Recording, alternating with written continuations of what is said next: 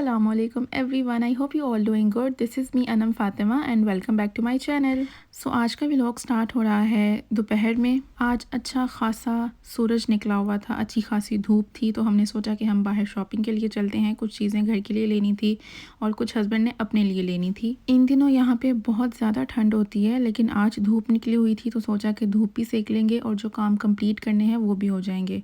गर्मियों में तो देखिए रोज़ ही सूरज निकलता है, लेकिन जब सर्दी में सूरज देखने को मिलता है तो बहुत ज़्यादा खुशी और सुकून होता है। मुझे सनलाइट देख के ज़्यादा खुशी इसी वजह से हो रही थी क्योंकि हमारे घर में सनलाइट बहुत कम आती है। वैसे तो सूरज रोज़ ही निकलता है, लेकिन ठंड की वजह से, बादलों की वजह से सूरज छुप जाता है, जिसकी वजह से सनलाइट नहीं आ पाती।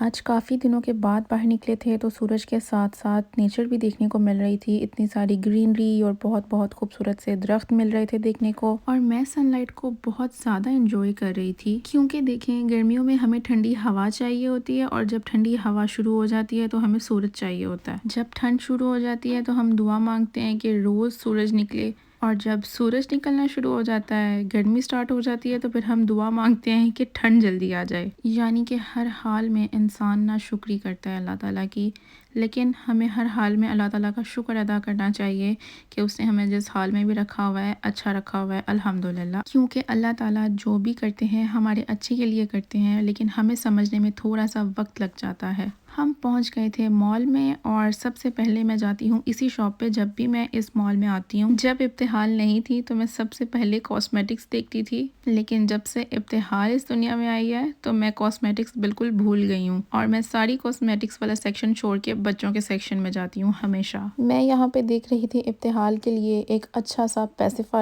पैसिफायर तो फरहान ऑलरेडी लाए थे, लेकिन इब्तिहाल को शायद पसंद नहीं आया था, वो लेती ही नहीं थी। वो पैसिफायर भी इसी कंपनी का ही था जो मैं अभी देख रही थी, और इस बार मैं किसी अच्छे पैसिफायर पे इन्वेस्ट करना चाहती थी क्योंकि इब्तिहाल को तो नहीं, शायद मुझे पैसिफायर की ज़रूरत थी। इब्तिहाल के लिए पैसिफायर इसलिए चाहिए था क्योंकि वो दूध पीने के बाद भी रोती है, शायद उसको हाथों की आदत पड़ गई थी, और जब तक उसको उठाते नहीं थे तब तक वो चुप ही नहीं होती थी, और जितनी देर तक उसको उठा के रखते थे तब तक वो खामोश रहती थी। तो आई थिंक उसको पैसिफायर की ज़रूरत थी। पैसिफायर से ना ये होता है कि बच्चा थोड़ा सा काम डाउन रहता है। खैर पूरी शॉप घूमने के बाद यहाँ पे मुझे बड़ी क्यूट सी चीज़ें नज़र आ रही थी जो बहुत ही बजट फ्रेंडली लगी हुई थी। ये सारे प्रोडक्ट्स पॉकेट साइज़ लगे हुए थे जो कि इजीली हम अपने हैंड बैग्स में और ट्रैवल बैग में रख सकते हैं और इस्तेमाल कर सकते हैं।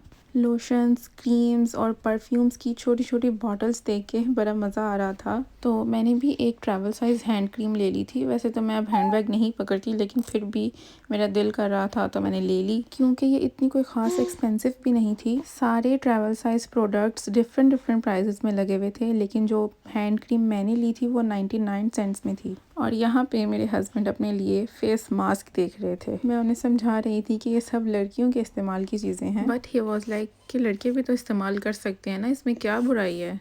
इतनी क्यूट सी छोटी छोटी चीज़ें लगी हुई थी जो बहुत एस्थेटिक वाइब्स दे रही थी। दिल तो कर रहा था कि इसमें से कोई एक प्रोडक्ट ले ही लूँ, लेकिन मेरे पास ऑलरेडी इतने ज़्यादा प्रोडक्ट्स पड़े हुए हैं जो कि मैं इस्तेमाल ही नहीं करती। और यहाँ पे कोई एग्जीबिशन था जिसमें उन्होंने ज्वेलरी और बहुत सी होम डेकोर की चीज़ें लगाई हुई थी। बड़ी क्यूट सी छोटी छोटी चीज़ें लगी हुई थी। ये देखने में जितनी क्यूट लग रही थी ना, उतनी ही ज़्यादा एक्सपेंसिव भी थी। मुझे मेकअप, ज्वेलरी पहनने का बहुत ज़्यादा शौक़ था, लेकिन अब वो शौक़ नहीं रहा, इसलिए बस मैं चीज़ें देखती हूँ और अपना दिल खुश करती हूँ, लेकिन परचेज़ नहीं करती। मेकअप करने का शौक़ तो अभी भी बहुत है, बट अनफॉर्चुनेटली बाकी मर्दों की तरह मेरे हस्बैंड को भी मेकअप बिल्कुल पसंद नहीं है, लेकिन मैं फिर भी अपना शौक़ पूरा करने के लिए थोड़ा बहुत मेकअप कर ही लेती हूँ। यहाँ पे हम ले रहे थे इब्तिहाल के लिए 2-3 ड्रेसेस जो कि उसके बाबा अपनी पसंद के ले रहे थे। अच्छा, मैंने ना सुना था कि जब बेबी हो जाता है तो इंसान अपनी चीज़ें और अपनी ख्वाहिशात भूल जाता है, और बस उसे यही होता है कि अपने बच्चे के लिए हर चीज़ कंप्लीट रखनी है, और अब हमारे साथ भी एग्जैक्टली यही हो रहा है।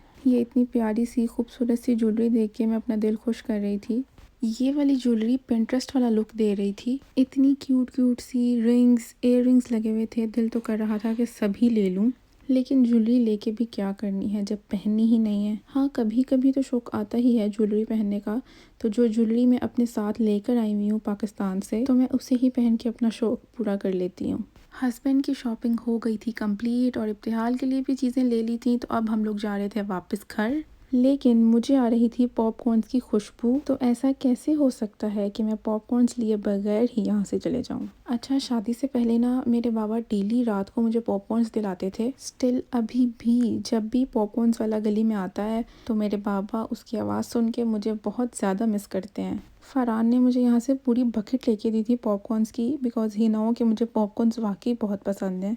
शाम हो चुकी थी और अब हम लोग जा रहे थे घर वापस। आजकल ना यहाँ पे कोई फेस्टिवल चल रहा है जिसकी वजह से पूरे शहर में लाइटिंग ही लाइटिंग हुई हुई होती है और भी लोग यहाँ पे हो रहा है ख़त्म। अगर आपको ये वीडियो अच्छी लगी है तो प्लीज़ मेरे चैनल को सब्सक्राइब करें, लाइक करें और शेयर करें। अब मिलेंगे नेक्स्ट व्लॉग में। अल्लाह हाफिज़।